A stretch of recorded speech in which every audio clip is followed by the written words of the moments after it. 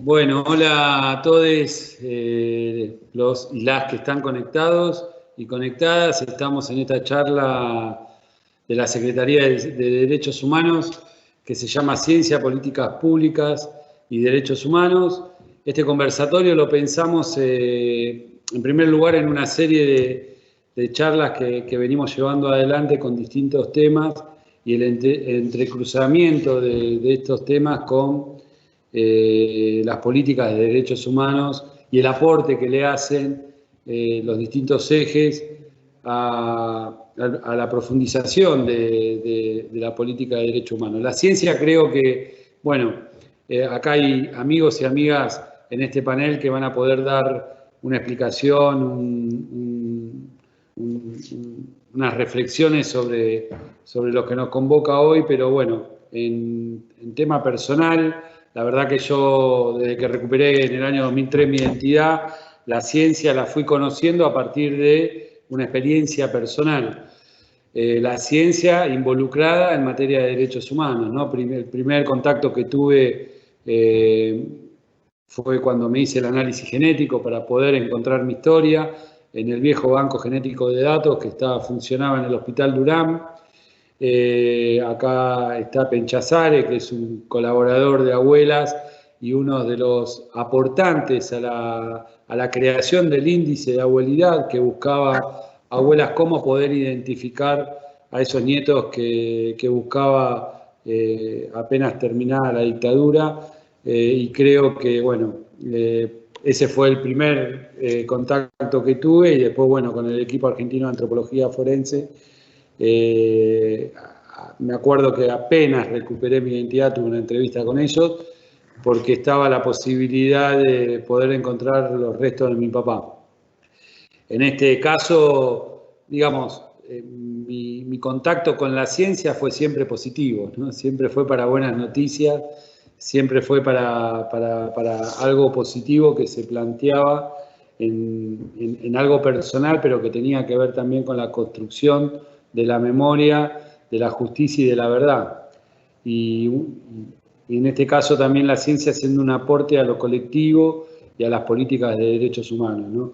Recuerdo allá por el 2003 cuando el equipo argentino de antropología forense me da la noticia que los restos que estaban en la fosa de San Vicente eran los de mi papá. Bueno, para mí fue algo muy fuerte porque hacía 3 meses que había recuperado mi identidad y poder, perdón que haga una mención en lo personal, pero bueno, hay amigos en este panel, hay un entrecruzamiento en esa historia y quiero contarlo de esa manera.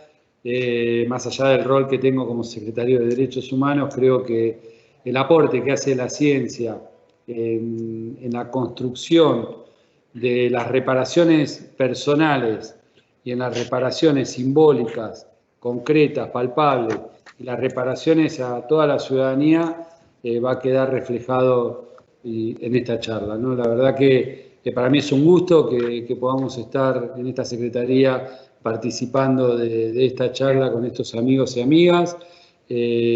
Mucho para aprender, obvio, y bueno, celebro que hayan podido participar, que hayan respondido a la convocatoria de la Secretaría, y bueno, a todos los que están participando virtualmente de esta mesa, agradecerles. Creo que, bueno, nadie esperaba un marco como este, nadie esperaba que estemos trabajando o presenciando cada rato Zoom, que la verdad ya me están agotando un poco, pero uno quiere estar en el territorio, quiere viajar en las provincias, quiere estar en los municipios y sabemos que un poco imposibilitados estamos y esperemos que en breve podamos de vuelta empezar a una normalidad. Así que quiero aclarar, y aprovechando la cantidad de personas que se conectaron, que hoy en este marco de COVID tenemos una situación muy compleja en los casos de violencia institucional que se están llevando adelante a lo largo y a lo ancho del país, y quiero decirles que la Secretaría de Derechos Humanos tiene un rol muy activo. Hay un cambio de paradigma a partir del 10 de diciembre. Nosotros vamos a estar siempre al lado de las víctimas, siempre acompañando a los familiares y pidiendo justicia, y no vamos a encubrir a ningún miembro de la fuerza y no le vamos a dar impunidad a nadie, ¿no? Creo que ese 10 de diciembre la doctrina Chocobar se terminó, lamentablemente la violencia institucional no, pero hay autoridad política para trabajar, para sancionar y para tratar de erradicar estas situaciones que tanto dolor nos traen a nuestra democracia.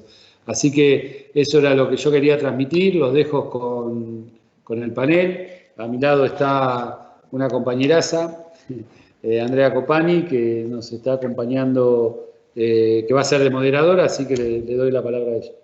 Bueno, gracias, Horacio. ¿Ahí se escucha bien? Sí.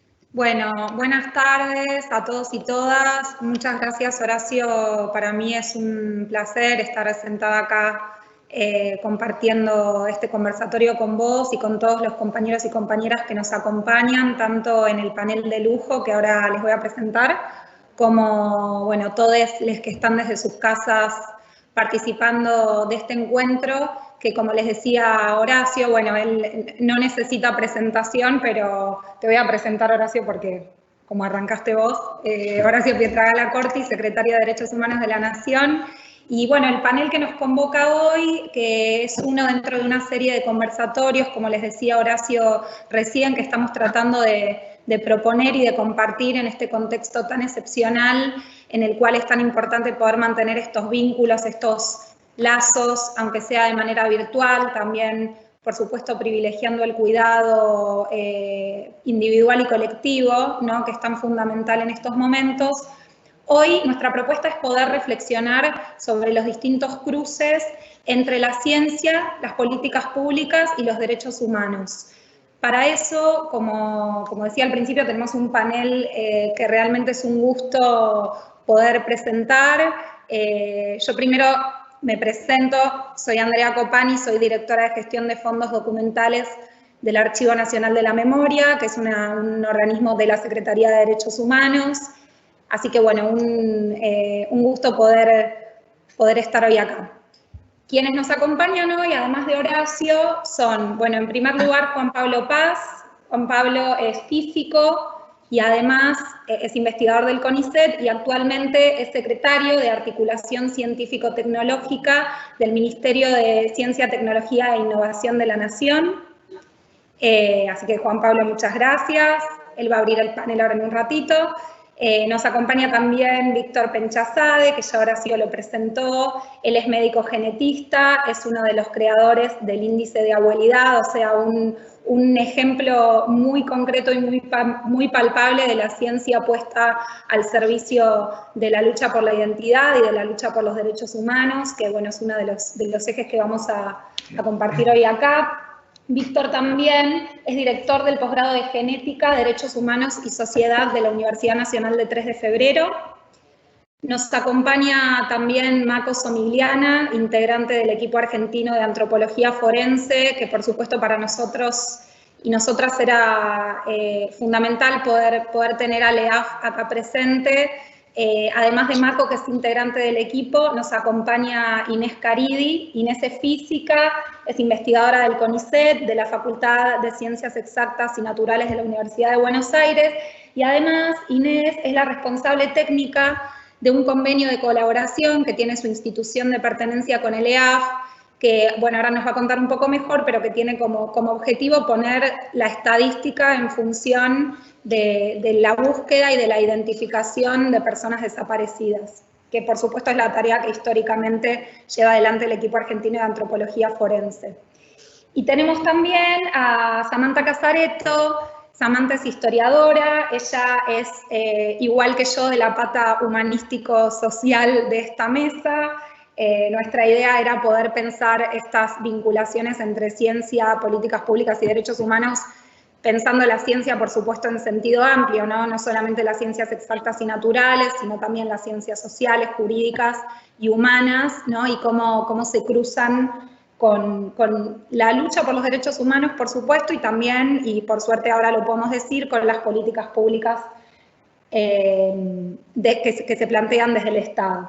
Samantha es historiadora y también ella es coordinadora del Centro de Documentación Universidad y Dictadura.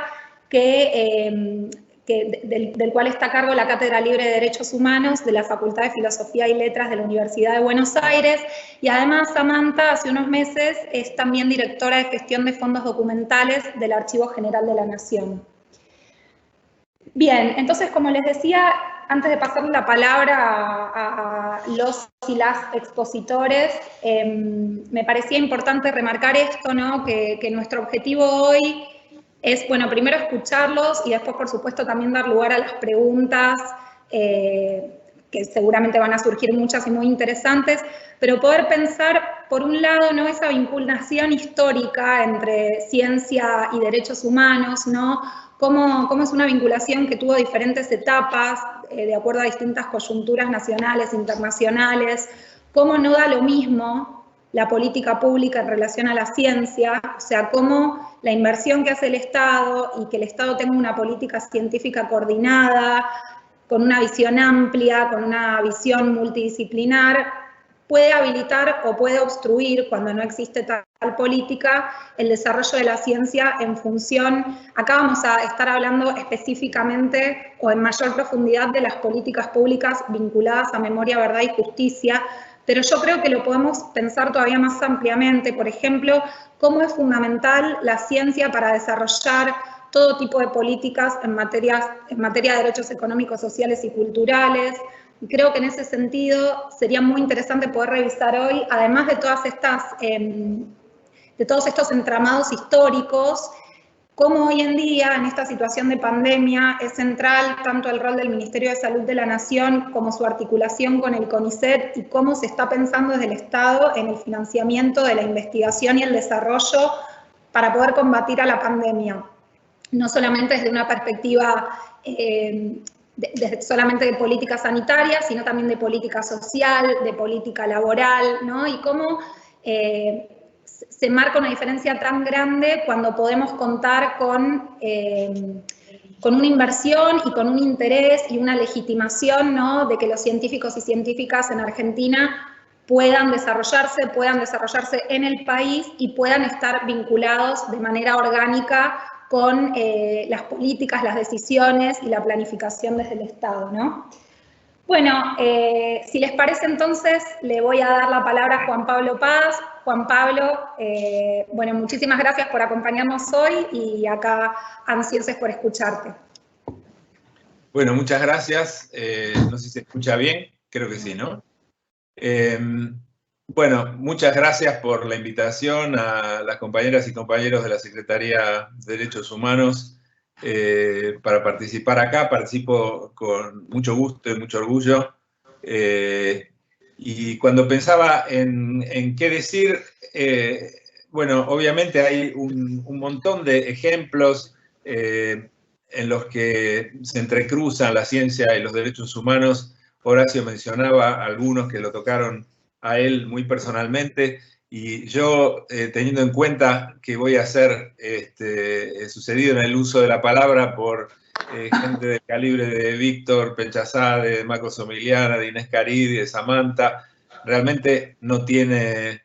no me voy a enfocar en la enumeración de los múltiples ejemplos, porque creo yo que lo virtuoso de los trabajos de los que vamos a escuchar después me exime de ese tipo de comentarios. Me gustaría, sí, hablar un poco sobre la tradición, si es que se puede usar esa palabra, que tiene la comunidad científica argentina, el sistema científico argentino y su vinculación con los derechos humanos en general, y sobre las políticas de ciencia y tecnología y sobre lo que estamos haciendo actualmente. Yo estoy aquí no por mis contribuciones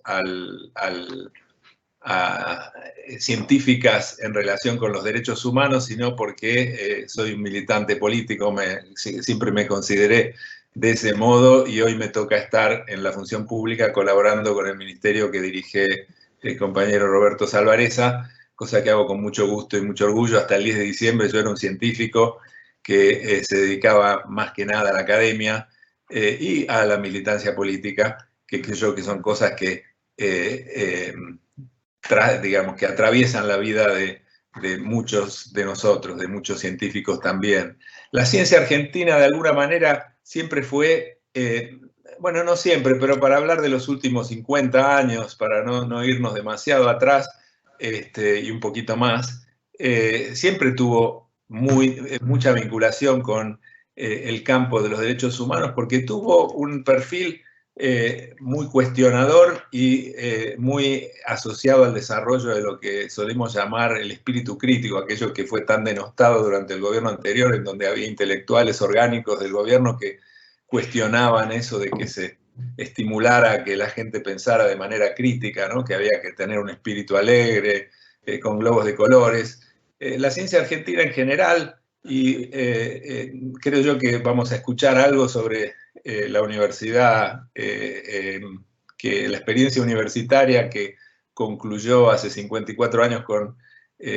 pronto se van a cumplir el aniversario de la Noche de los Bastones Largos, la recordada Noche de los Bastones Largos, estuvo atravesada por ese espíritu crítico, pues desde una multiplicidad de visiones ideológicas, partidarias y políticas, porque figuras emblemáticas como la de Rolando García, que después se acercó al peronismo y tuvo una militancia larga dentro del campo nacional y popular, pero Manuel Sadowski, que siempre fue alguien cercano al radicalismo, supieron construir una universidad en donde la efervescencia de ideas, junto a gente como Barsaski, etcétera, permitió estimular ese tipo de pensamiento crítico que se articulaba sin duda con un proyecto de desarrollo en donde no se veía a la ciencia como un bien en sí mismo, sino como una herramienta necesaria para el desarrollo económico de la nación y el bienestar de nuestro pueblo. Época en donde además de la creación del CONICET se crean organismos como el INTI, destinado a brindar tecnología a la industria, la Comisión de Energía Atómica se consolida, la comisión había sido creada en la época del gobierno del general Perón, el propio CONICET, etcétera. Eso concluye en la Noche de los Bastones Largos, que se van a cumplir 54 años, y yo no puedo menos que recordar que el 50 aniversario de la Noche de los Bastones Largos, que se celebró o se conmemoró en el medio de la noche del macrismo en el año 2016, lo pudimos organizar junto con un grupo de colegas y compañeros del sector científico y tecnológico, que en ese momento formábamos un grupo que se llamaba Ciencia y Técnica Argentina, que sigue existiendo hasta hoy, pero gente como Roberto Salvareza, el propio Daniel Filmus, Alberto Colm y tantos otros, organizamos junto con la compañera Cristina Fernández de Kirchner en la Facultad de Filosofía y Letras un acto memorable que fue el retorno de Cristina a la universidad pocos días después de aquel acto frente a los tribunales de Comodoro Pi, cuando se la citó a la primera indagatoria infame de aquella época. Creo que es un buen símbolo de convergencia ese acto del movimiento nacional y popular y la tradición reformista de la universidad previa a la Noche de los Bastones Largos, que muchas veces tuvo momentos de convergencia y momentos de divergencia. Pero bueno, la ciencia sufrió mucho después de la Noche de los Bastones Largos en todas las universidades, hubo un retroceso muy grande, justamente porque se vinculaba a los científicos con el pensamiento crítico y eso no era bueno. Después del breve periodo de los 70, de la Universidad del 73, vino la noche de la misión Ivanišević o Talagana, en donde realmente se buscó erradicar a la ciencia y a la tecnología de las universidades, se atacó muy fuertemente al CONICET, a los organismos de ciencia y tecnología, salvo en algunos casos como la Comisión de Energía Atómica, donde fue... porque había otro proyecto, digamos, detrás de lo que se concebía desde probablemente el gobierno militar, la dictadura militar sangrienta, el rol que podía jugar la energía nuclear en la Argentina, salvo en algunos organismos. Como decía, fue una política de tierra arrasada, ¿no? La ciencia se erradicó de las universidades porque simplemente era peligroso, porque se la vinculaba con ese pensamiento crítico, ese espíritu crítico. Se buscó sacar a la ciencia de las universidades. Quienes entramos a la universidad en la época de la dictadura, yo entré en el año 78, soy suficientemente viejo, nos encontramos con una universidad sin laboratorios, sin coloquios, sin seminarios, sin actividad científica, y con una emergente actividad de lucha en defensa de los derechos humanos, acompañando en la medida de lo que podíamos a los organismos que eran un ejemplo viviente de lo que teníamos que hacer. Y después vinieron, como dijo Cristina, hace 4 años, la Noche de los Bastones Largos muchas veces fue reemplazada por presupuestos cortos, ¿no? A veces se usan los bastones largos para destruir la ciencia y el pensamiento crítico en la Argentina y en el país, y después se apelan a otros recursos que son las crisis presupuestarias que generaron éxodos. En el año 66, con la Noche de los Bastones Largos, hubo renuncias masivas a toda la universidad. Yo estudié en el Departamento de Física de la Universidad de Buenos Aires, y de ahí renunciaron todos los profesores, salvo 2. Quedaron 2 profesores a cargo de todas las materias después de las renuncias del 66. Fue muy impresionante. Y después las crisis económicas sucesivas, en el 89 y más adelante con el menemismo, cuando nos mandaron a lavar los platos, etcétera, fueron éxodos en donde la ciencia continuó siendo atacada. ¿Por qué? Bueno, porque no solo porque se buscaba atacar al espíritu crítico y al pensamiento crítico, sino porque se instalaba un proyecto nacional que no veía a la ciencia como algo necesario para el desarrollo del país. Creo que eso también tiene que ver con el cierto compromiso de una buena parte de la comunidad científica con proyectos que aspiran a un desarrollo con inclusión en nuestro país, para lo cual es necesario una búsqueda, un desarrollo independiente, requiere de ciencia y tecnología propia en la cual basarse para poder competir en la economía mundial. Eso no era visto como algo necesario, como algo importante. La ciencia sufrió muchísimo durante la época menemista, hasta que llegamos, y estoy haciendo acá una síntesis muy apretada, es evidente que no soy historiador y que quiero llegar al presente lo más rápidamente posible. Después llegó Néstor en el año 2003 y se abrió un periodo que, sin lugar a dudas, muchos historiadores, y creo que la historia se va a escribir, no se está escribiendo ahora, pero tal vez cuando tengamos un poco más de perspectiva, creo que sin duda el periodo entre 2003 y 2015 es el periodo más virtuoso de la ciencia argentina a lo largo de la historia de nuestro país. No hay periodo, ojalá que esto no pueda decir lo contrario dentro de un tiempo y reivindicar a este como el periodo más virtuoso, ojalá, pero sin duda entre 2003 y 2015 hubo un renacer de la ciencia argentina, pero yo diría que fue un renacer a los ponchazos. Renacimos como se pudo, porque en el año 2003 Néstor se encontró con tierra arrasada. En el CONICET era un organismo en el cual la edad promedio de los investigadores e investigadoras que trabajaban ahí era cercana a los 55 años, no recuerdo exactamente. Tenía 3.500 investigadores. Estaba en un lento proceso de extinción, porque muchos gobiernos habían tratado de cerrarlo y de erradicar. Realmente no se consideraba necesario que hubiera investigación.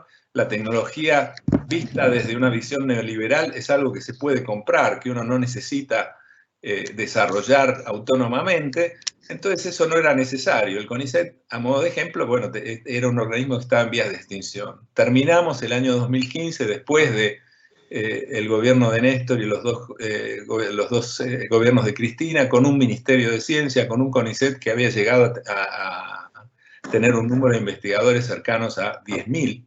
O sea, pasamos de 3.500 a 10.000 investigadores, a los que se sumaron un número muy importante de investigadores en el ámbito universitario.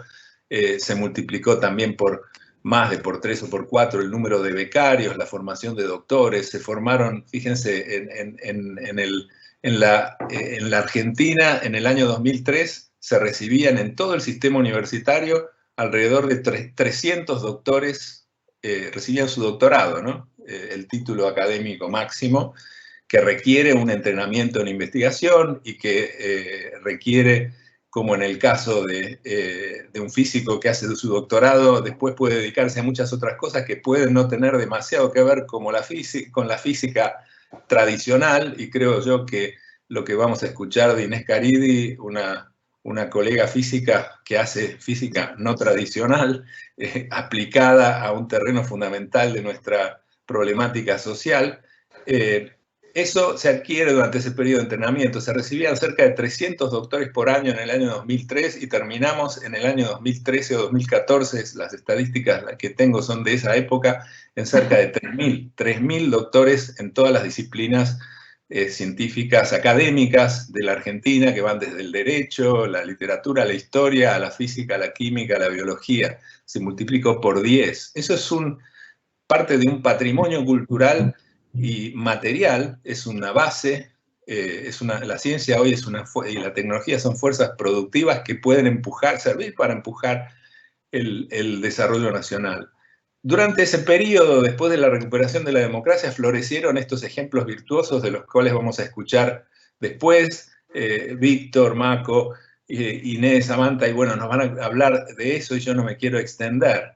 Y después vino la noche del macrismo, la noche en donde se hablaba del curro de los derechos humanos y se atacaba sistemáticamente a los logros que habíamos alcanzado durante el periodo 2013 a 2015, en particular en el sector científico. Nosotros creo que la reacción que tuvo la comunidad científica entre 2015 al 2019, durante el periodo del macrismo, yo creo que fue inesperada para el propio gobierno anterior, porque si bien una parte de la comunidad científica depositó esperanzas en la continuidad de una política a partir de la continuidad de un ministro miserable como el que terminó siendo Lino Barañao, que continuó después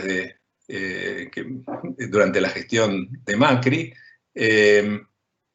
eso se esfumó muy rápidamente y quedó claro que la gestión, el proyecto de país que se buscaba impulsar desde el gobierno anterior no necesitaba de la ciencia y la tecnología, no era compatible con el desarrollo científico y tecnológico. Hicieron todo lo posible por terminar con las conquistas que no eran conquistas corporativas de los científicos, sino que eran conquistas del pueblo argentino, el desarrollo científico y tecnológico que se plasmó en objetivos que se expresaron en un plan nacional que se aprobó durante el último gobierno de Cristina, que fue el Plan Argentina Innovadora 2020. Se proponía llegar a tener 5 científicos por cada 1000 habitantes de la población económicamente activa, a partir de los menos de 3 que había, para poder parecerse a países que tuvieran una capacidad de impulsar el desarrollo basado en industrias que requieran el conocimiento como un insumo esencial.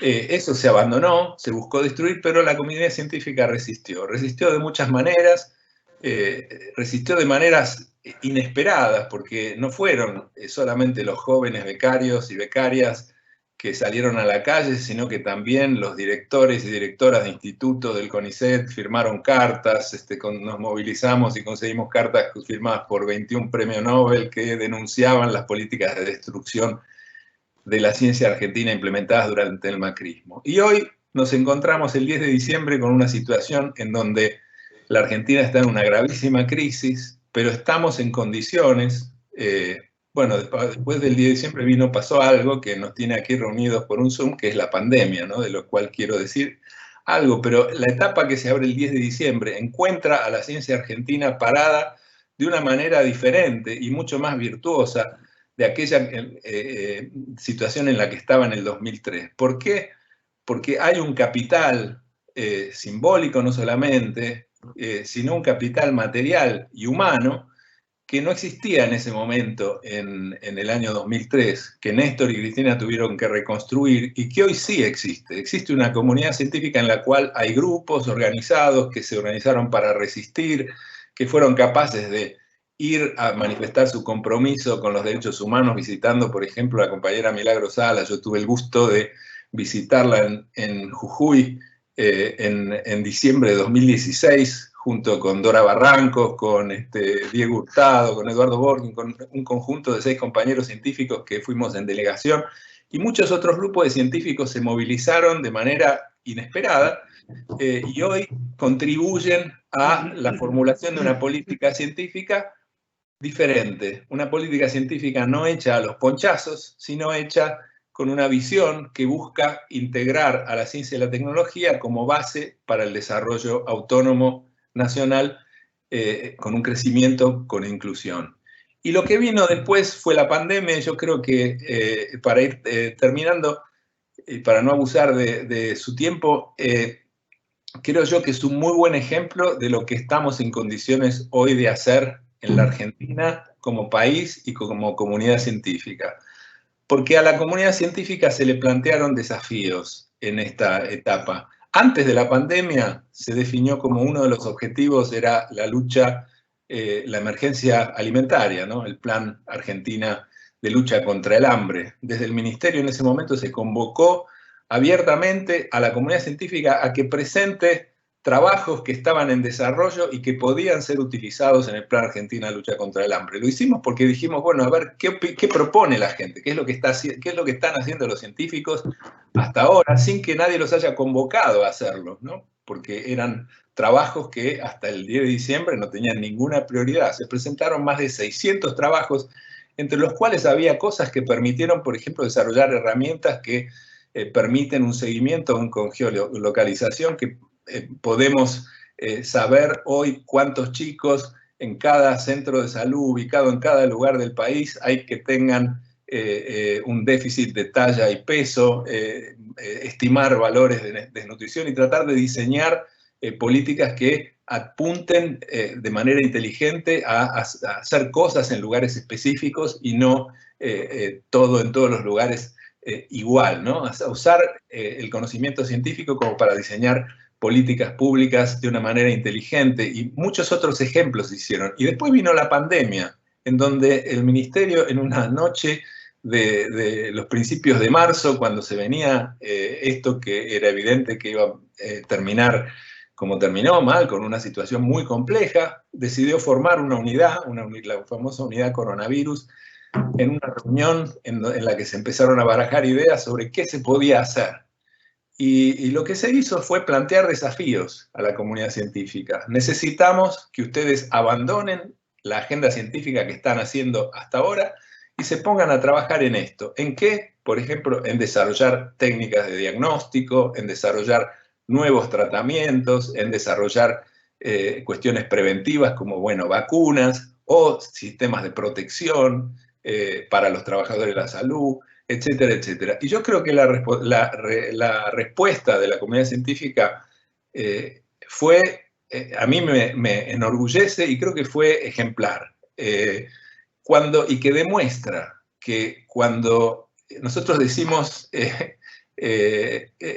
como parte de la campaña política previa, en donde la comunidad científica realmente expresó de manera inédita el apoyo a la fórmula del Frente de Todos de manera muy clara, decíamos, a los científicos hay que tratarlos bien, hay que darles recursos para que trabajen, para que creen, para que lleven adelante sus investigaciones, que son muchas movidas por la curiosidad.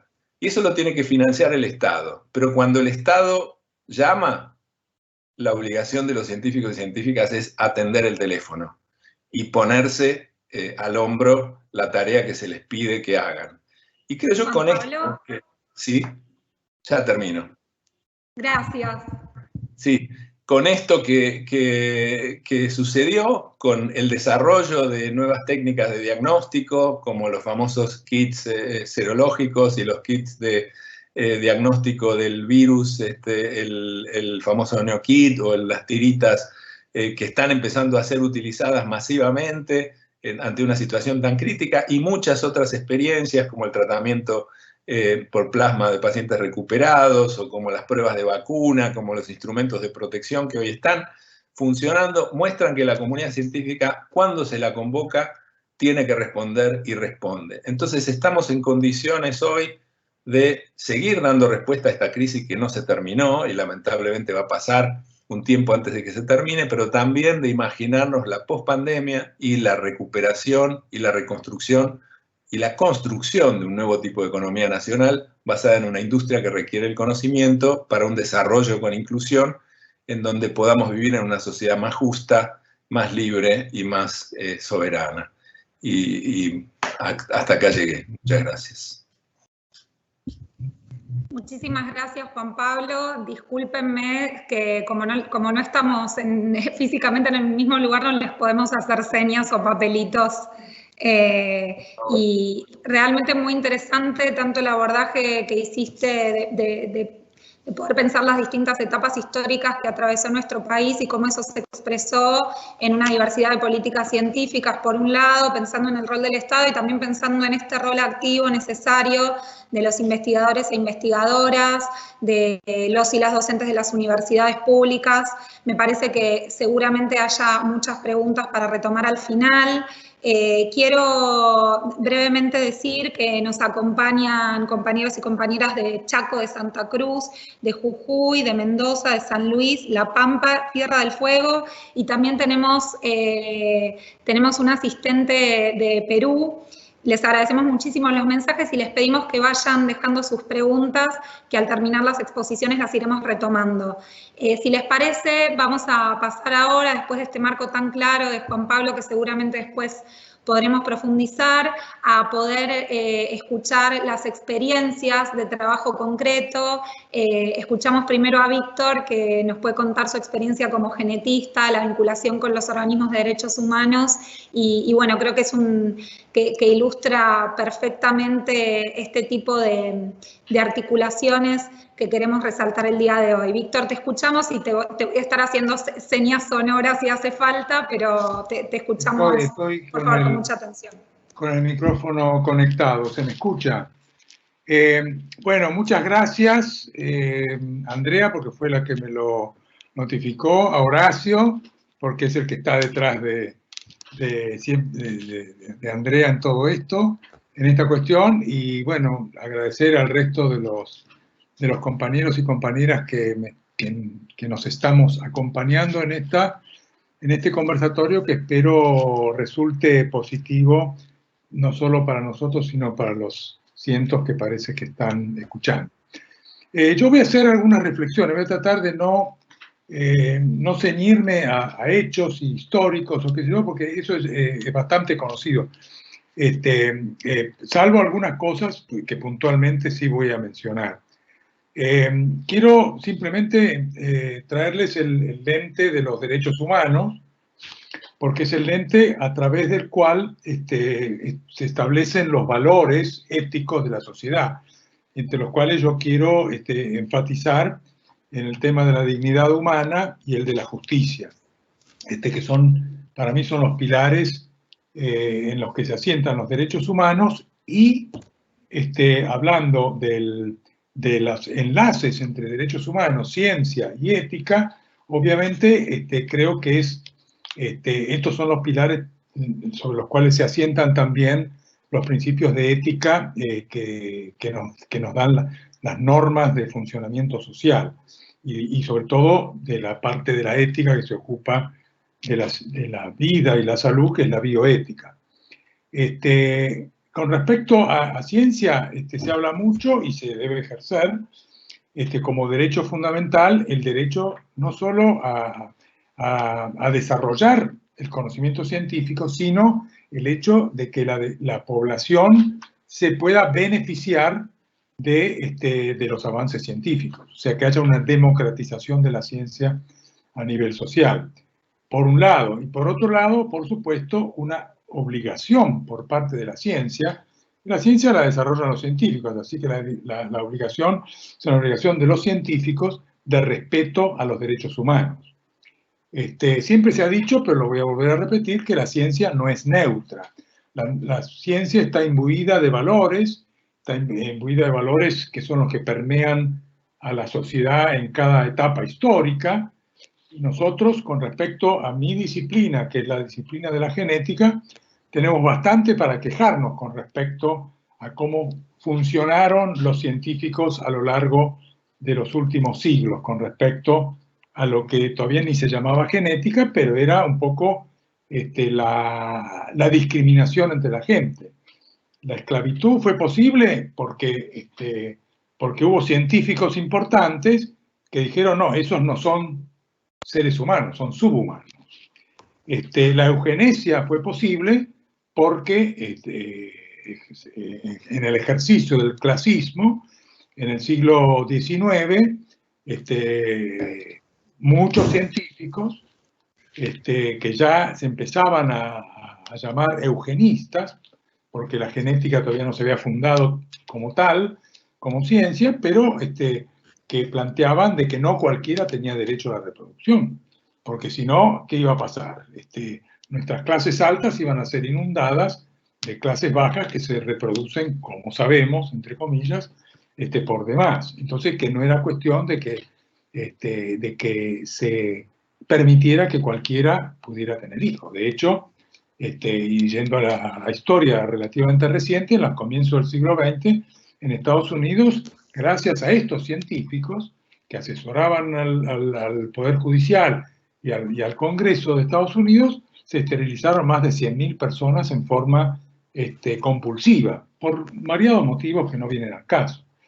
Pero era la doctrina y la ideología de la eugenesia en ese momento. Bueno, de los genocidios basados en lo que los nazis llamaron higiene racial, etcétera, no creo que haga falta en este grupo enfatizar, pero sí que el racismo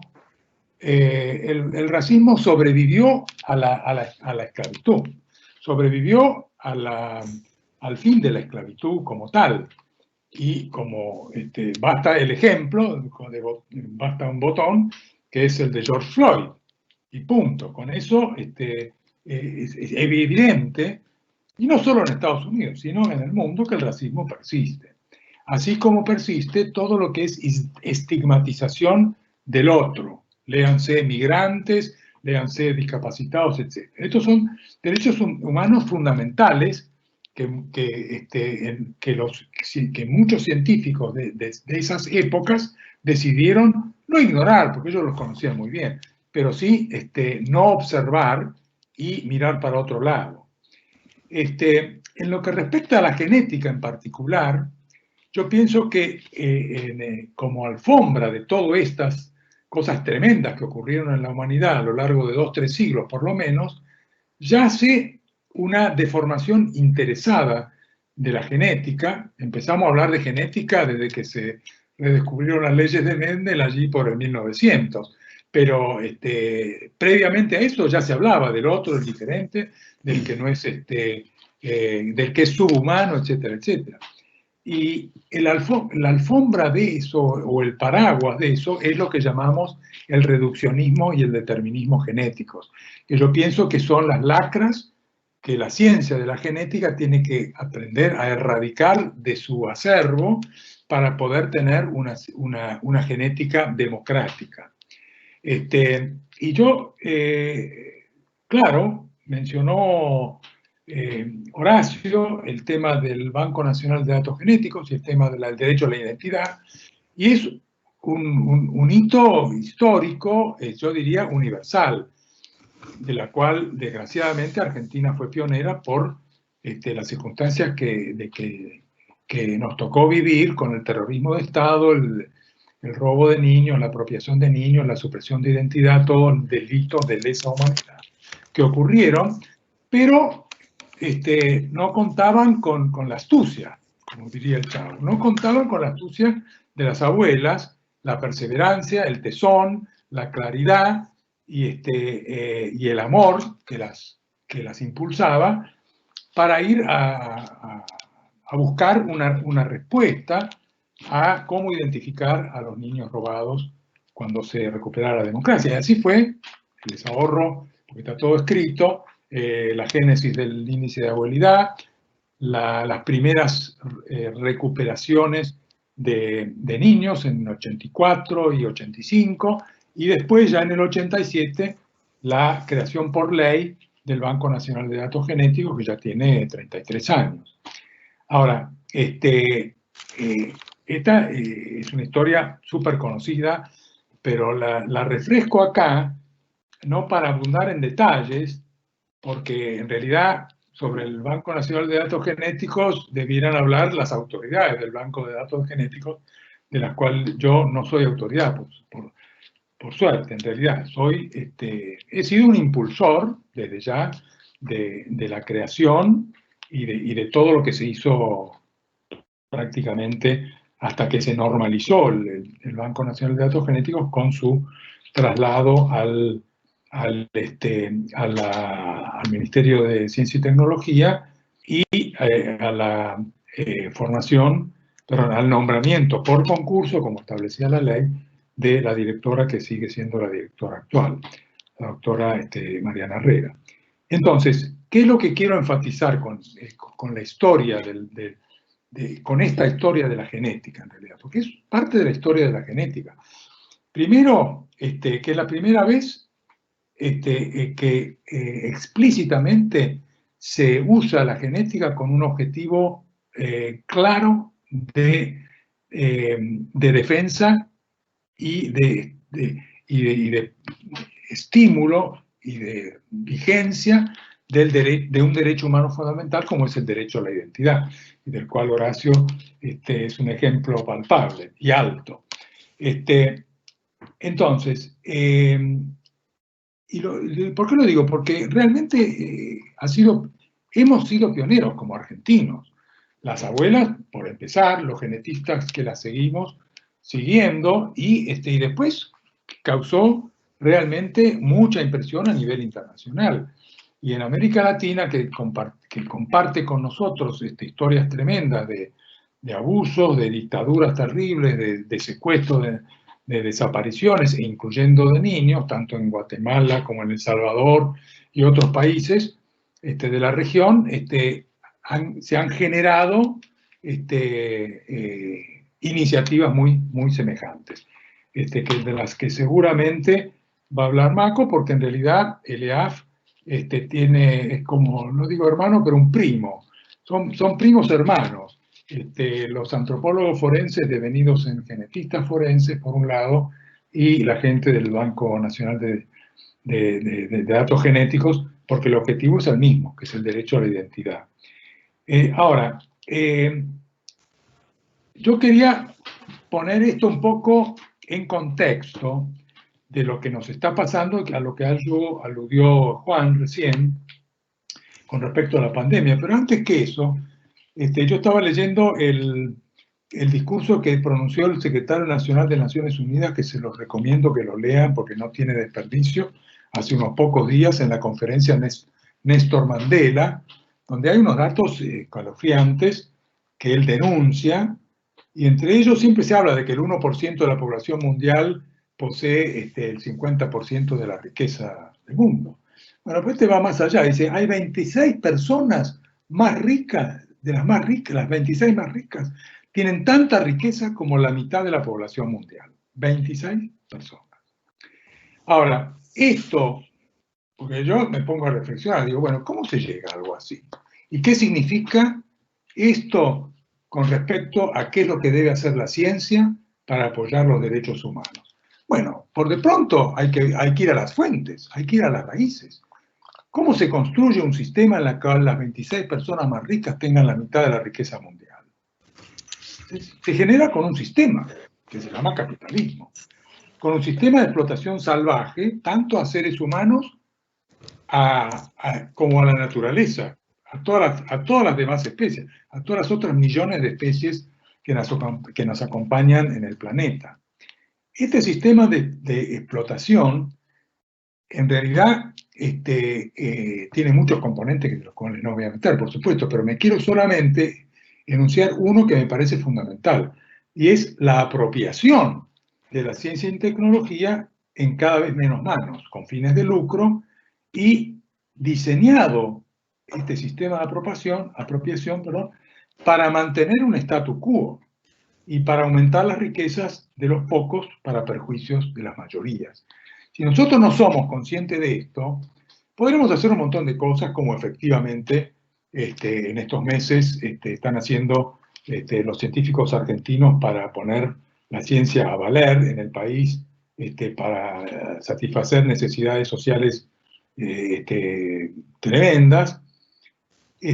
Pero a mí me preocupa otra cosa, porque nosotros estamos focalizados en el virus, hablando de pandemia, en el virus, en el genoma del virus, en las vacunas, en cómo se hacen los diagnósticos, etc.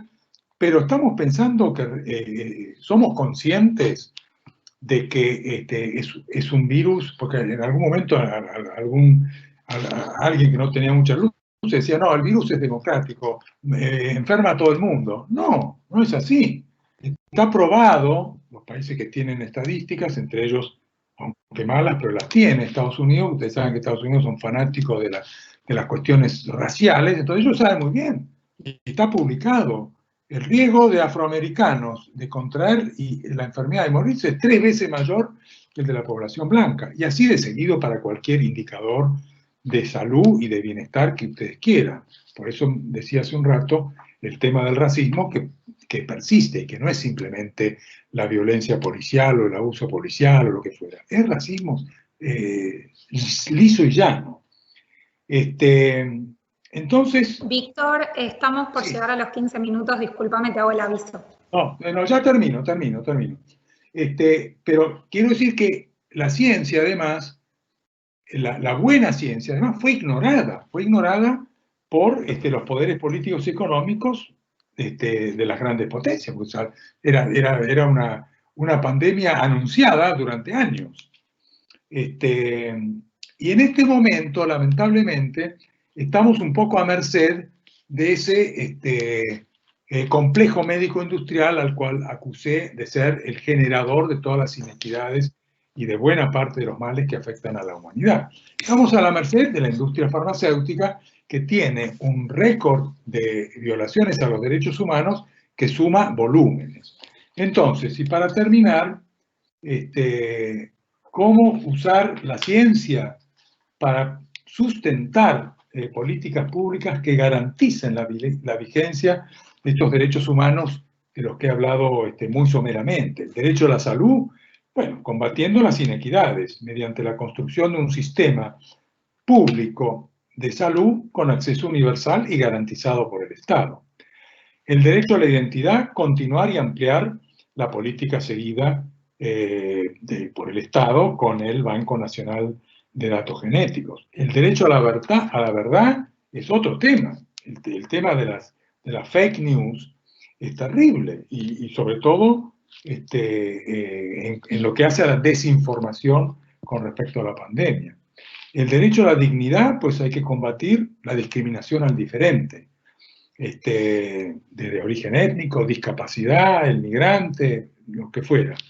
El derecho a la autonomía reproductiva, de lo que no, bueno, hablé algo al comienzo con respecto a la eugenesia. La eugenesia hoy en día no es lo que era hace 200 años.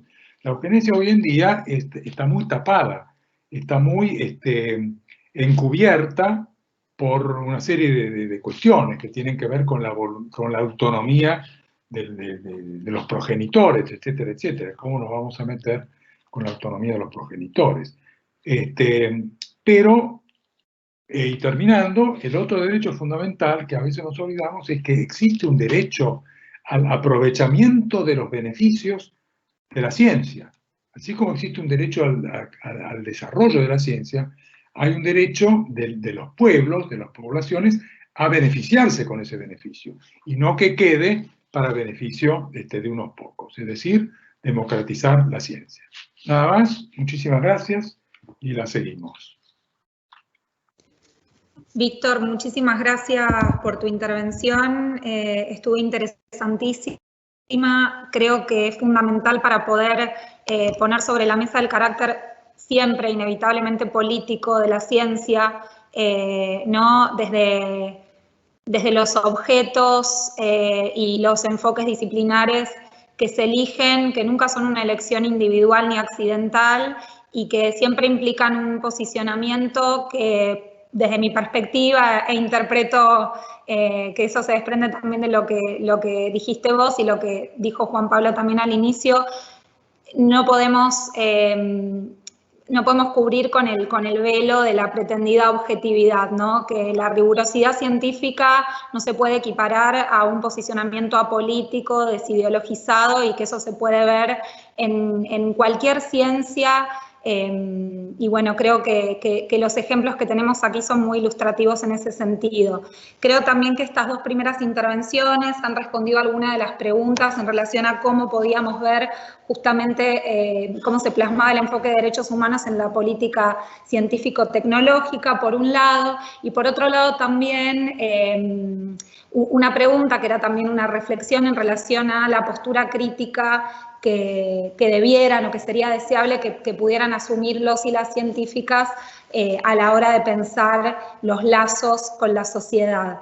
Si les parece, pasamos a las intervenciones de Mako y de Inés, que nos van a contar justamente la experiencia de trabajo del equipo argentino de antropología forense y una iniciativa en particular, que es el convenio con la Facultad de Ciencias Exactas y Naturales de la UBA, en donde está radicada la investigación de Inés. Así que les doy la palabra, Mako, Inés, quien quiera. Creo que iba a comenzar Mako, pero como les quede más cómodo a ustedes, y después seguimos conversando.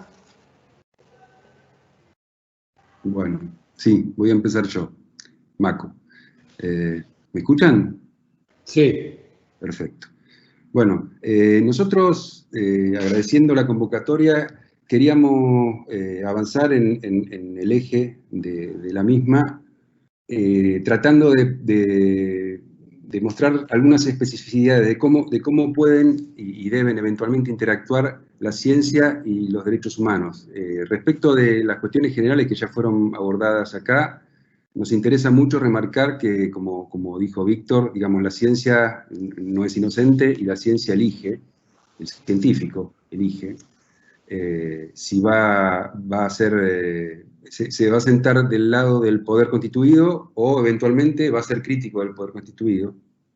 Y la utilización de la ciencia en lo que a la violación de derechos humanos en Argentina se refiere, no solo a la histórica, que es la que nos convoca, sino a la de siempre y a la de hoy también, tiene que ver justamente con eso, con aceptar, enfrentarse a un poder constituido y discutir y generar el conocimiento, la certeza, como para poder discutir contra esa corriente, que es la corriente del poder constituido.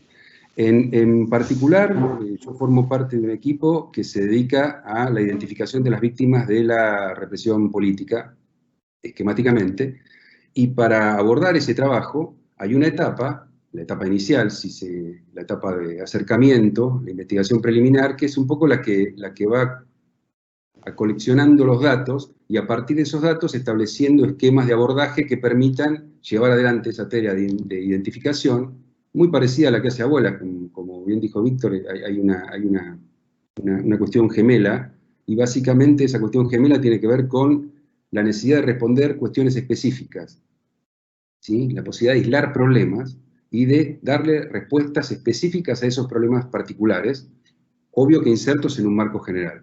Esa investigación preliminar básicamente trata de establecer hipótesis y buscar los elementos como para llegar a dar con la certeza o con la equivocación de esa hipótesis.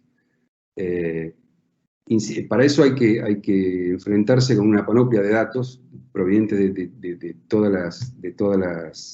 las disciplinas y de todas las especies, y cuando se establece esa hipótesis, se fuerza esa hipótesis, se la somete al rigor de la crítica, y eventualmente se establecen cuáles son los elementos que permiten tenerla por cierta. En el caso del que estamos hablando, para simplificar, una identidad. Uno establece que los restos pertenecientes a una persona que no fue identificada en el momento de su fallecimiento corresponden a una persona que había sido denunciada como desaparecida.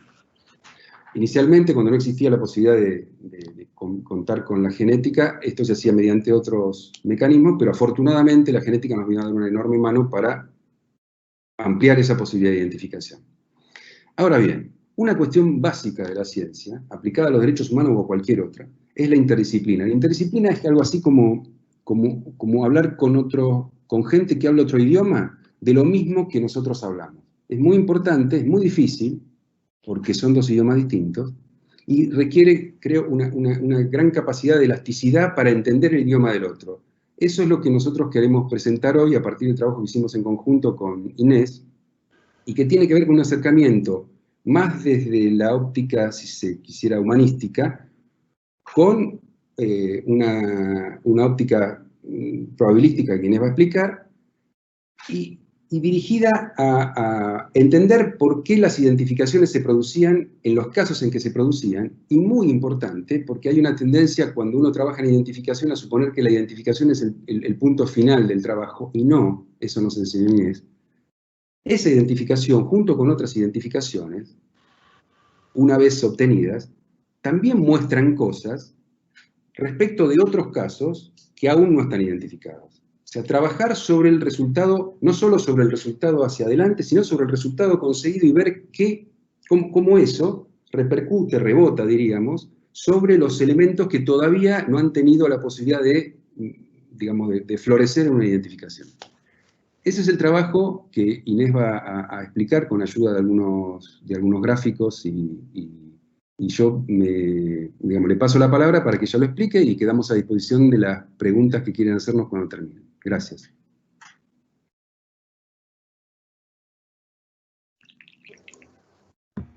Hola, ¿cómo están? Bueno, gracias Mako.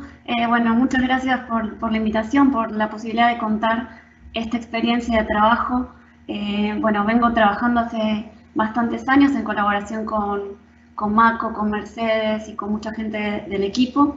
La verdad que aprendí un montón durante esa experiencia y algunas de esas cosas que fui aprendiendo las quiero resaltar en esta charla para contarlas. Entonces, voy a retomar lo que decía Mako acerca de la investigación preliminar. Nuestro trabajo se centró en desarrollar metodologías para contribuir en el trabajo de investigación preliminar que desarrolla el equipo. Permítanme acá compartirles entonces unas imágenes para explicar mejor esto.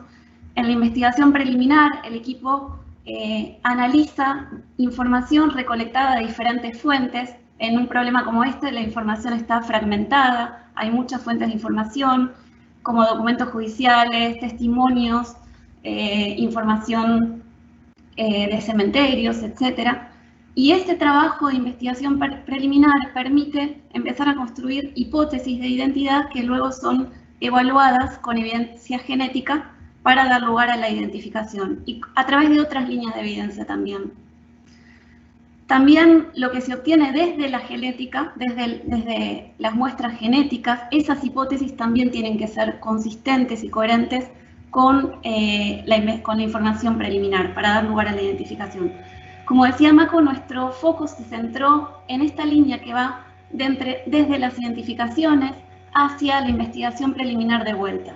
Por un lado, aprovechando todo el conocimiento que se puede obtener a partir de los casos ya resueltos, ¿sí? De un evento masivo, por ejemplo, de una masacre, la masacre de Fátima, todos los casos identificados pueden ayudar a priorizar las búsquedas que faltan, los casos que faltan identificar del mismo evento. Por otro lado, en el equipo habían entendido desde un comienzo la importancia de establecer relaciones entre los hechos de desaparición.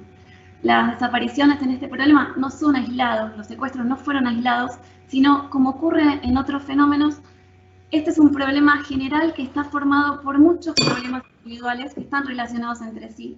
Y por eso tener la mirada conjunta puede ayudar en el problema completo. Y por eso esto que decía Mako, de que a veces un pedacito de información de un caso, algo que se pueda avanzar en relación a un caso, algo que se aprende de un caso, puede repercutir en lo que se conoce sobre los que faltan, sobre el panorama completo.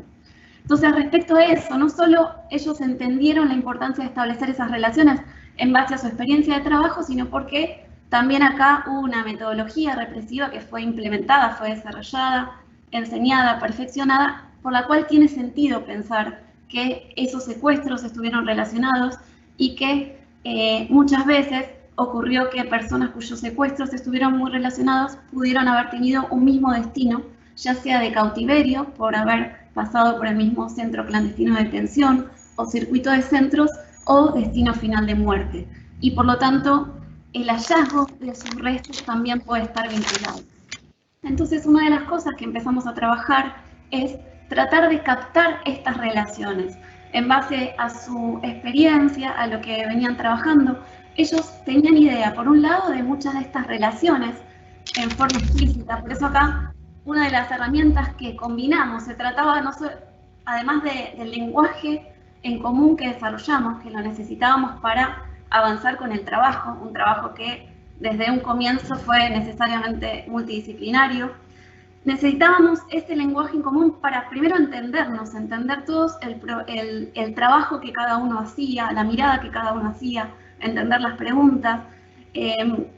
Entonces ahí ellos, por ejemplo, ya sabían cuáles eran las variables más relevantes para establecer estas relaciones. A veces este entramado de relaciones no se conocía, se veía solo parcialmente, entonces en base a las variables que sí se conocían de los casos, empezamos a tratar de rastrearlos, a captarlos.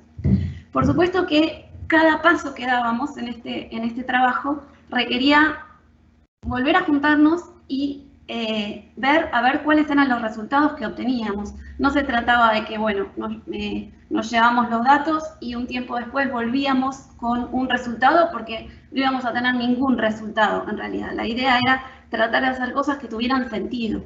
Entonces, ir viendo paso a paso los resultados, tratar de entender qué miraban ellos en los datos, combinar esas diferentes miradas, descubrir, por ejemplo, que había otra, en esto que les decía, que la información está muy fragmentada, el conocimiento también, había otro conocimiento disponible que por ahí no lo teníamos claro desde un principio, ¿está bien? Pero que también podía formalizarse para que sirviera para la validación de los resultados, por ejemplo. Eso, entre las cosas que quería contar general de esta experiencia, eso lo vi muchas veces, cómo hay mucho conocimiento experto y que no está disponible desde un principio, y que el intercambio constante de trabajo es el que ayuda a que ese conocimiento empiece a aparecer, a descubrirlo y eventualmente a poder formalizarlo y aprovecharlo. Y que en ese caso la potencialidad del trabajo va a ser mayor.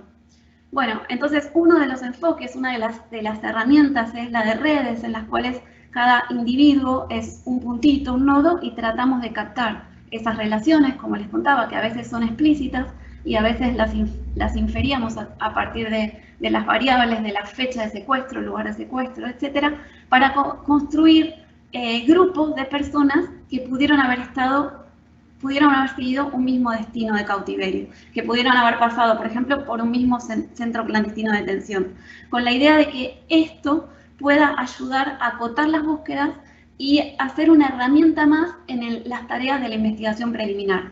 Si hay un grupo de personas, entre las cuales parte de ese grupo se conoce que pasó por un centro clandestino y otra parte no, bueno, quizás es factible preguntarse si todos los integrantes de ese grupo pudieron haber tenido ese mismo destino. Entonces, esta es la idea general. Como les contaba, una de las ideas fue tratar de aprovechar los casos resueltos, las identificaciones ya realizadas de un evento masivo. Con evento masivo me estoy refiriendo, por ejemplo, a una masacre, la masacre de Fátima, en la provincia de Buenos Aires, en la cual un día eventos muy acotados, tanto geográfica como localmente, como geográfica temporalmente, y también en cuanto a la cantidad de personas secuestradas o asesinadas.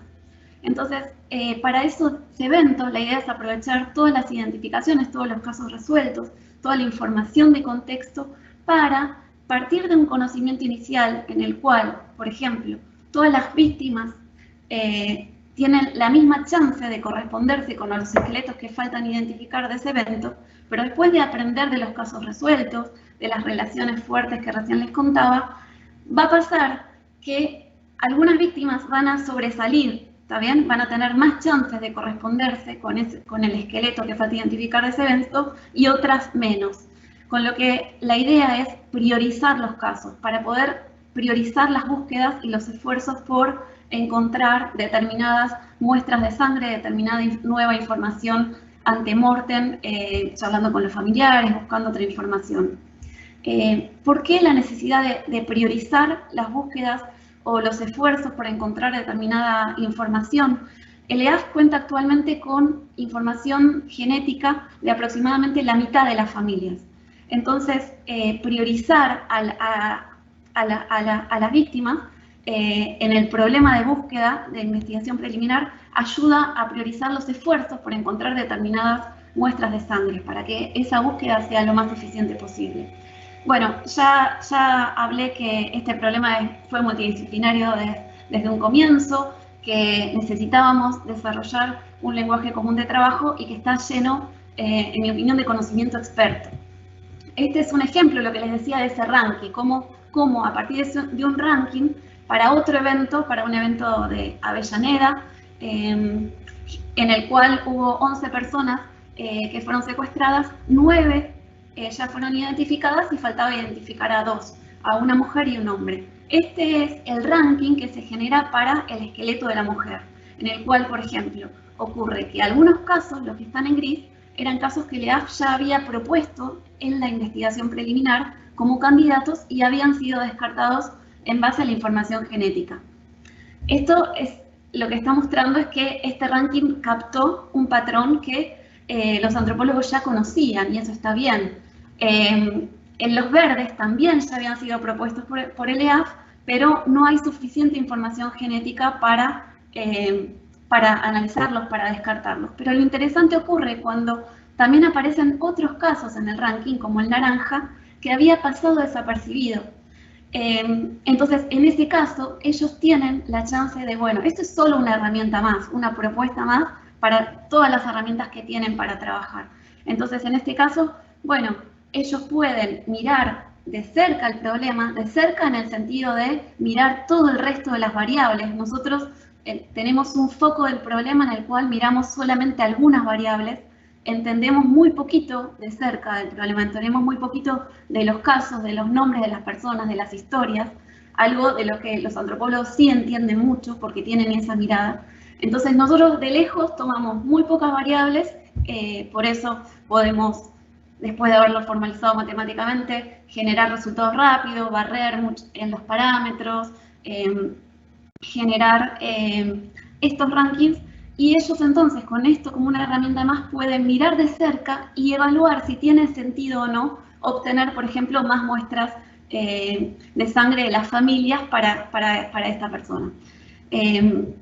Entonces, bueno, otra cosa que entendí también en este problema es que a veces tenemos dos focos, un poquito hablé también a nivel individual. Estos son otros ejemplos de grupos de personas en la provincia de Tucumán, en los cuales en rojo están el cementerio verde, por ejemplo, es el cementerio de Tucumán, y en rojo son los casos identificados en el Pozo de Vargas. Entonces, nada, como un ejemplo a nivel de individuos, de los grupos que son una herramienta más para el trabajo de investigación. Y acá hay una red entre los centros clandestinos de Tucumán y cómo a partir también de la información de los secuestros, de lo que fuimos encontrando, se pueden establecer circuitos de los centros clandestinos, muchos de ellos que pueden compararse con información de testimonios.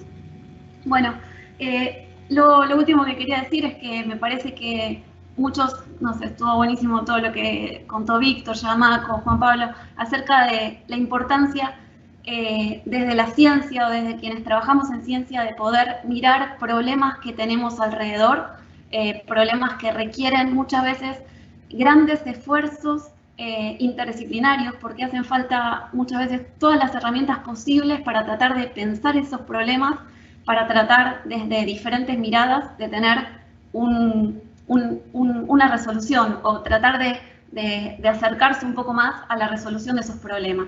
Problemas no solo de nuestro país y región, sino también de problemas de otros países y de las personas que son hoy día vulneradas en otros países, problemas de desaparición de personas, ya sea por migración, feminicidios, otras situaciones de violencia, requieren hoy día que haya muchas herramientas para tratar de avanzar en eso.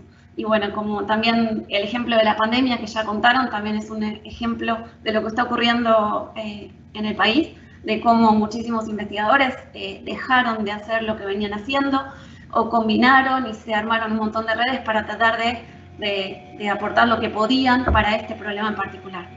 Bueno, muchas gracias. Si tienen preguntas, me dicen, dejo de compartir. Muchísimas gracias, Maco e Inés. Clarísima la presentación.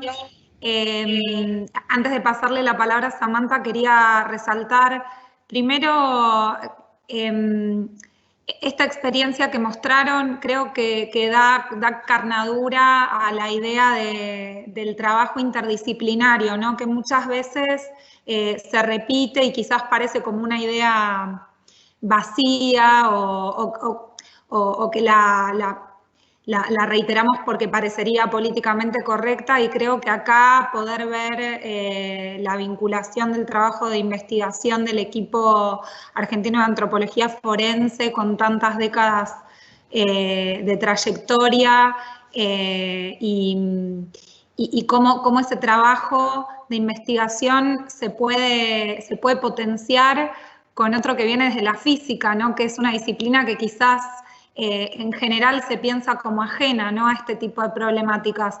Me parece que eso es fundamental. Y después también la incidencia que este tipo de proyectos tiene para la sociedad, por supuesto, y al igual que el trabajo de abuelas, de la CONADI, del Banco Nacional de Datos Genéticos, el trabajo del equipo argentino de antropología forense tiene una importancia fundamental que le cambia la vida a las víctimas directas del terrorismo de Estado, pero también que son invaluables para la sociedad en su conjunto, ¿no? Y son también un faro a nivel internacional. Entonces, bueno, les agradezco muchísimo la participación. Les cuento que estamos recibiendo unos comentarios muy lindos y muy alentadores de los y las espectadores y espectadoras del conversatorio.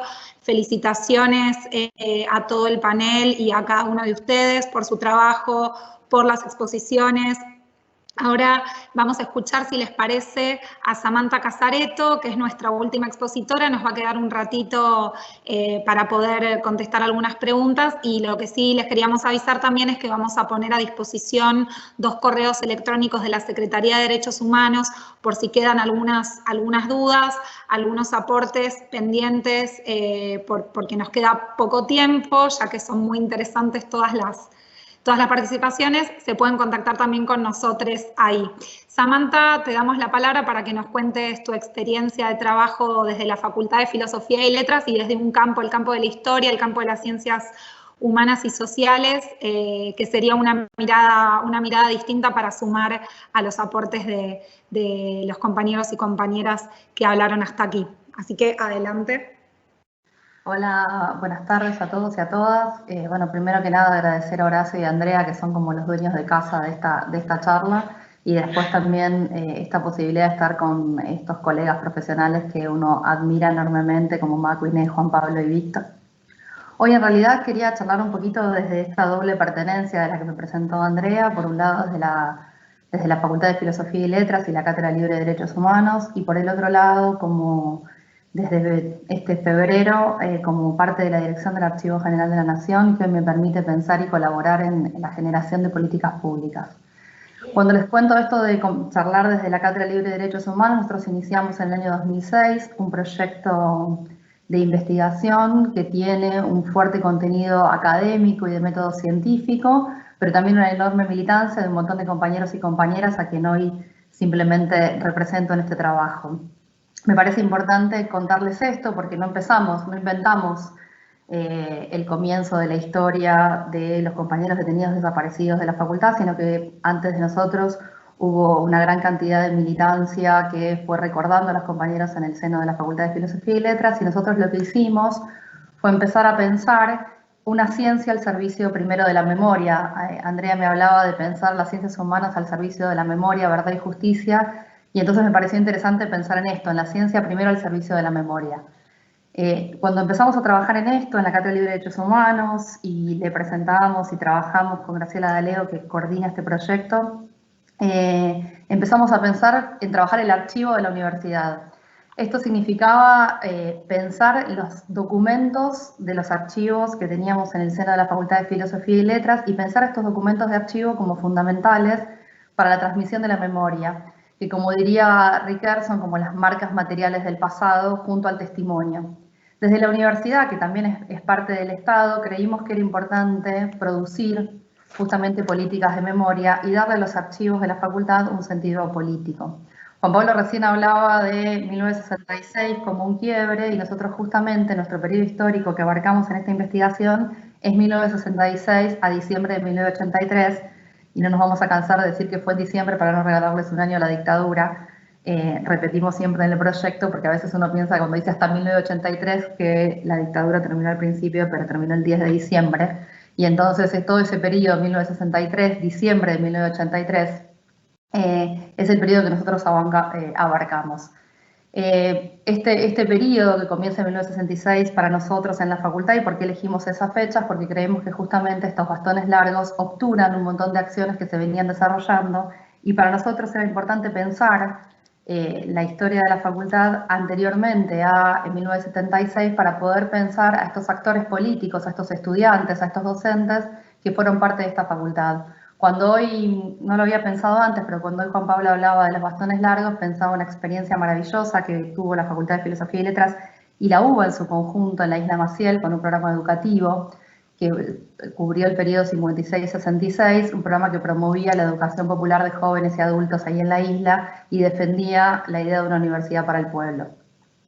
Cuando nosotros empezamos a pensar en esta reconstrucción, y les digo, fuimos al archivo para buscar estas marcas de memoria, estas marcas de los compañeros, que a veces se los recuerda desde el momento de su desaparición y nosotros queríamos reconstruir su historia previa. Comenzamos por la búsqueda de los legajos, seguimos con otro tipo de documentación como las mesas de exámenes y distintos registros que nos daban cuenta de la vida de los compañeros en el archivo. A esto debimos sumar un archivo oral que nos permitiera reconstruir otra parte de sus historias que no estaban en los documentos de la facultad, y todo eso hoy conforma un centro de documentación, que es el Centro de Documentación Universidad Dictadura, que reconstruye justamente las historias de militancia y reconstruye también las historias educativas de los compañeros que pasaron por la facultad. Y cuando hablamos de reconstrucción y de ciencia al servicio de la memoria, o ciencia para la memoria, pensábamos en una idea de reconstrucción no solo individual de cada uno de los compañeros, sino también colectiva. Horacio hoy decía, estábamos hablando de reparaciones simbólicas y de reparaciones palpables, y en ese camino de reparaciones simbólicas y reparaciones palpables decidimos entregarle a los familiares los legajos de estos compañeros que daban cuenta de su paso por la universidad, por su caso por la Facultad de Filosofía y Letras puntualmente. Después estuvimos molestando y en toda la UBA empezó a hacer ese mismo trabajo, ya nos había antecedido, y tengo que decirlo, en parte ingeniería, fuertemente arquitectura, exactas. Y nosotros trabajamos en conjunto con todos esos equipos también. Nosotros estamos reconstruyendo la historia de la Facultad de Filosofía y Letras sin el marco de la UBA y en el marco de las universidades nacionales, y no podemos olvidar todo el inmenso trabajo que han hecho otras unidades académicas también. Cuando nosotros entregamos esos legajos, conformamos un mural que también es memoria, un mural que está en el aula 108. Recordaba que Cristina Fernández de Kirchner estuvo en ese aula en el acto que hablaba Juan Pablo. Y es un acto que no solo se utilizó para eso, sino que se utiliza para los momentos de las colaciones de los estudiantes y se da clase cotidianamente. Y ese mural es un acto de memoria, y un acto de memoria que sale de una investigación científica, porque nosotros recorrimos cada uno de los documentos para poder dar cuenta justamente de esto, y trabajamos cotidianamente con el Registro Unificado de Víctimas del Terrorismo de Estado, que también científicamente dan cuenta de eso, y me parece importante recuperar también este otro actor, que es el Registro Unificado de Víctimas del Terrorismo de Estado, el RUPTE para los amigos, en el cual nosotros, al trabajar colectivamente, estamos constantemente buscando justamente esta prueba científica de estos compañeros y ese transitar de sus vidas.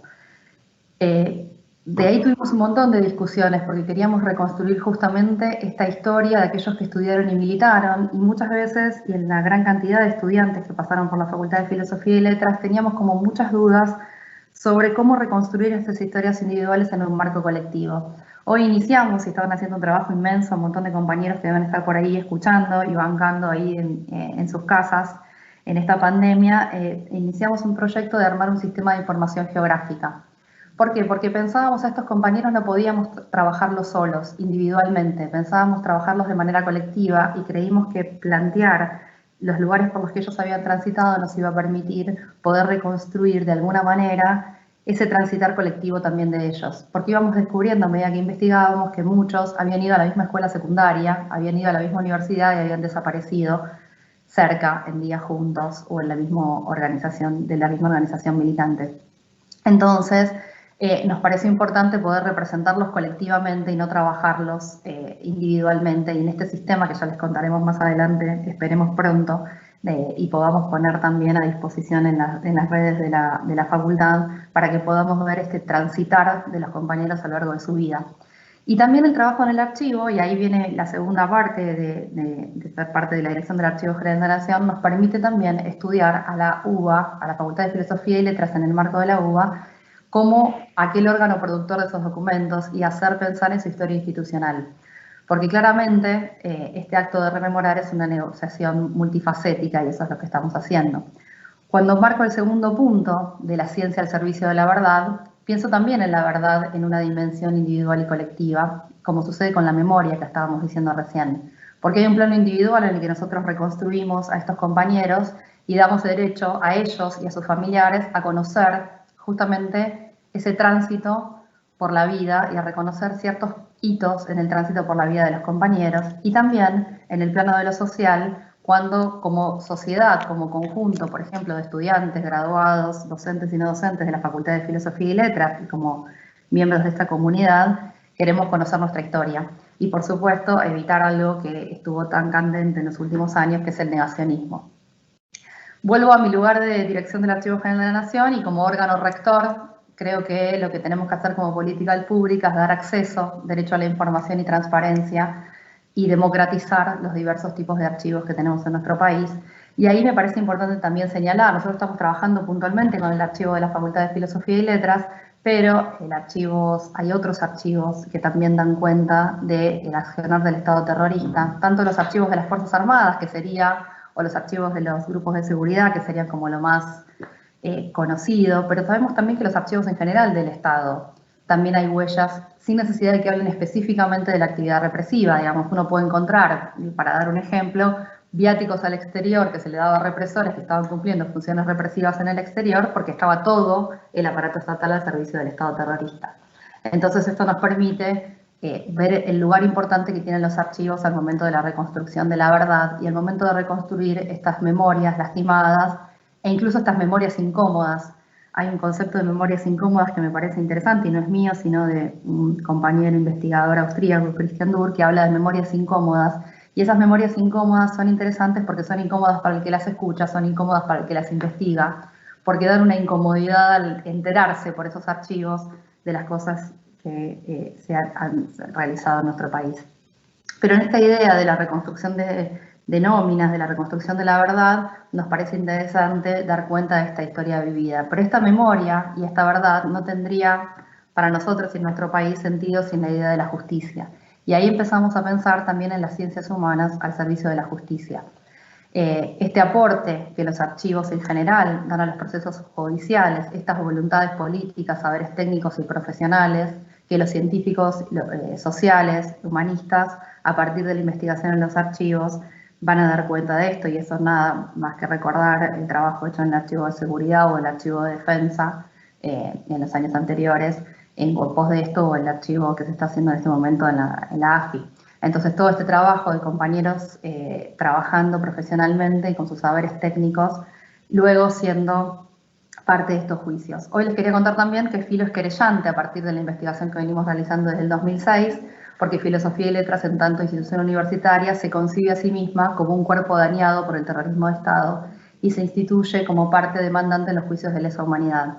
Hoy somos querellantes desde la facultad en el Juzgado Criminal y Correccional Federal número 3 de Daniel Rafecas, del doctor Daniel Rafecas, en las causas de los centros clandestinos de detención Vesubio, Puente 12, Sheraton, la 205, en la comisaría de Monte Grande, en Atlético Banco Olimpo. También somos querellantes en los delitos cometidos en la ESMA. Y retomo para eso las palabras que hemos publicado en su momento en una de las publicaciones de Filosofía y Letras cuando le presentamos a la comunidad esta idea, porque nos parece importante, tanto de gran importancia para la facultad, estar presentes en estos juicios de los delitos de lesa humanidad que se vienen desarrollando luego que se anularon las leyes y decretos de impunidad.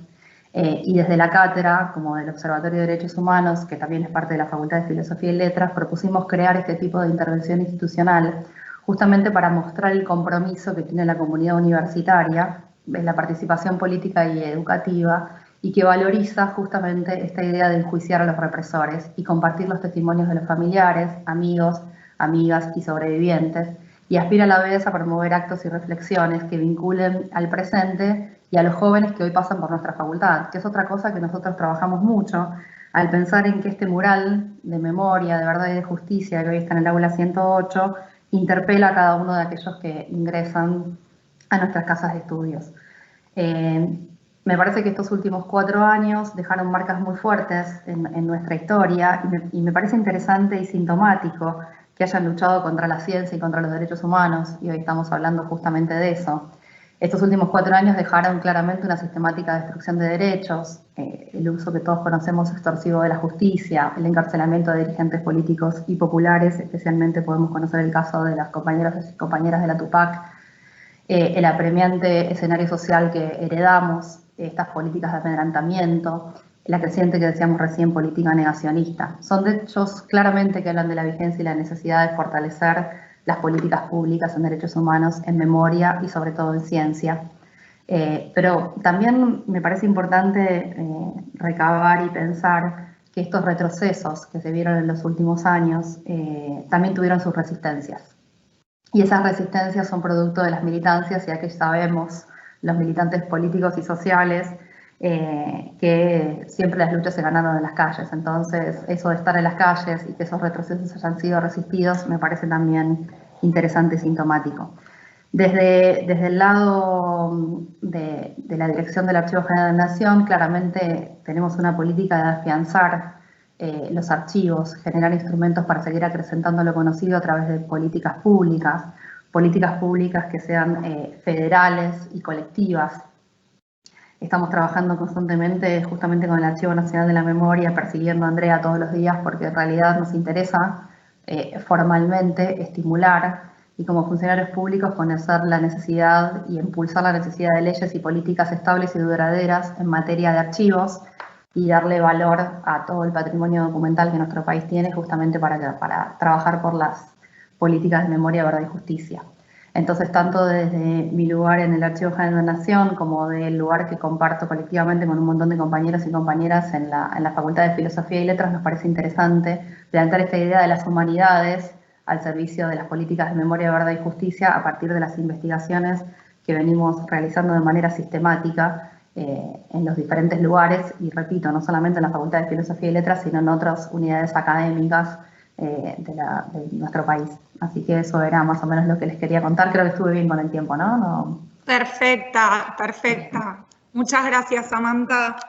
Y gracias porque también la experiencia de la que vos y tantos otros compañeros y compañeras participaron en la Facultad de Filosofía y Letras fue pionera para poder, para impulsar las políticas universitarias, ¿no? Que también son políticas públicas, en relación a la preservación y al relevamiento de los acervos documentales en relación al terrorismo de Estado, esto que contabas vos, tanto los legajos de estudiantes, docentes y no docentes, como los propios archivos institucionales, y en ese sentido creo que es importante destacar también cómo en general estas cuestiones surgen de una demanda desde abajo, ¿no?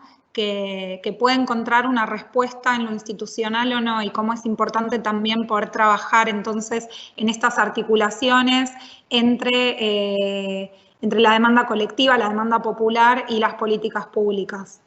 Les quiero contar que, bueno, nuevamente nos están llegando unos saludos prácticamente desde todo el país, también de organizaciones sindicales, organismos de derechos humanos, funcionarios y funcionarias municipales y provinciales. Quiero resaltar algo que menciona una de las participantes del conversatorio, y también para hacer propaganda a un encuentro que vamos a tener mañana, donde va a participar el secretario de Derechos Humanos junto con otros compañeros y compañeras para poder rememorar la noche del apagón en Ingenio Ledesma, que es una fecha emblemática cuando hablamos de memoria, verdad y justicia, y cuando hablamos de represión a trabajadores y trabajadoras, represión en la cual es necesario investigar no solamente el accionar de las Fuerzas Armadas y de Seguridad, sino también las responsabilidades de sectores civiles y en este caso empresariales también, ¿no? Que son un reclamo histórico de las víctimas y de la sociedad en su conjunto, y también me parece que es otro ejemplo donde la participación de investigadores e investigadoras ha permitido poder nutrir el conocimiento en relación a esos procesos represivos. Ustedes seguramente lo saben, pero ha sido clave en varios juicios por delitos de lesa humanidad la participación de investigadores e investigadoras científicas especialistas en los procesos históricos y sociales que enmarcan justamente los delitos investigados y que muchas veces fueron determinantes para poder esclarecer esos delitos, para poder darles un marco y poder entenderlos también en su trama histórica y de relaciones de fuerza. Creo que nos quedamos cortos con el tiempo. Creo que esta es una buena oportunidad para plantear quizás otra instancia de conversatorio sobre estos temas, donde sería interesante también sumar voces. Nos quedó un poco porteño, bonaerense céntrico el conversatorio. Ya se me mezclan las palabras hasta ahora. Así que creo que sería una iniciativa muy buena poder plantear una nueva instancia con referentes de la comunidad científica de todo el país. Incluso podemos pensar también en alguna instancia internacional, aprovechando el contexto. Y bueno, me parece, les quería agradecer muchísimo. Si les parece, podemos, ya dejamos a disposición los correos electrónicos institucionales. Creo que, que esta ha sido una oportunidad enorme de poder remarcar estos vínculos entre ciencia y derechos humanos. Nosotros y nosotras desde la Secretaría de Derechos Humanos tenemos un compromiso muy fuerte en contribuir al sostenimiento y a la profundización de esos lazos. Samantha mencionaba el trabajo del Registro Unificado de Víctimas del Terrorismo de Estado, que es una de las áreas de investigación que tenemos en la Secretaría. Desde cada una de las áreas nos preocupa muchísimo la vinculación con la comunidad científica, por supuesto, en primer lugar con el CONICET, pero también con las universidades públicas de todo el país. Tenemos varios proyectos en común, tenemos muchos investigadores e investigadoras que son parte además del equipo de trabajadores y trabajadoras de la Secretaría. Tenemos un área, la Iniciativa Latinoamericana para la Identificación de Personas Desaparecidas, que justamente comparte ese proyecto con el equipo argentino de antropología forense. Creo que esta ha sido una oportunidad de poder visibilizar también esas iniciativas y también apostar a su profundización en el futuro. Así que yo no sé si alguno o alguna de los y las expositores y expositoras les quedó alguna cuestión muy importante para decir, si les parece que podemos, en todo caso, abrir las consultas que lleguen a cada uno de ellos. No sé si alguna quiere decir algo.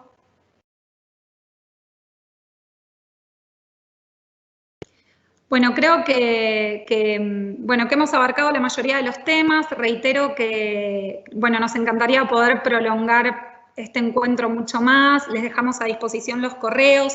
Contamos también que en varios casos preguntaron que este conversatorio queda grabado en el canal de YouTube de la Secretaría de Derechos Humanos, con lo cual ahí pueden volver a verlo, pueden pensar nuevas preguntas también. Y creo que esto también nos deja un interrogante, ¿no? Un interrogante en el buen sentido en relación a cómo vemos, ¿no?, estos vínculos y estas iniciativas a futuro.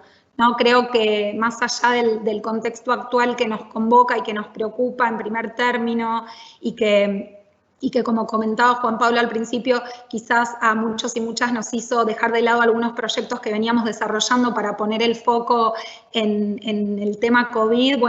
Pensar también cómo esta es una oportunidad de reforzar esos lazos, de fortalecer la presencia del Estado en la ciencia en función de la garantía y del fortalecimiento de la promoción y protección de derechos humanos, y también del impulso de políticas, en ese marco de políticas contra la desigualdad, ¿no? En esta línea que también Víctor decía de manera tan clara, ¿no? Como siempre cómo el acceso a la ciencia tiene que ser también un acceso democrático, un acceso igualitario, y que por lo menos yo creo que bueno, tanto como funcionarios y funcionarias como en el caso de los que son y las que son investigadores e investigadoras, que también están anclados y ancladas en organismos de la sociedad civil, en organizaciones de derechos humanos, en universidades e instituciones de investigación públicas, también creo que compartimos ese norte y bueno, y creo que sería buenísimo poder juntarnos pronto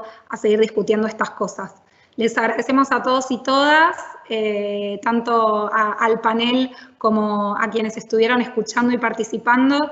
Bueno, y les mandamos un gran saludo y esperamos encontrarnos muy pronto.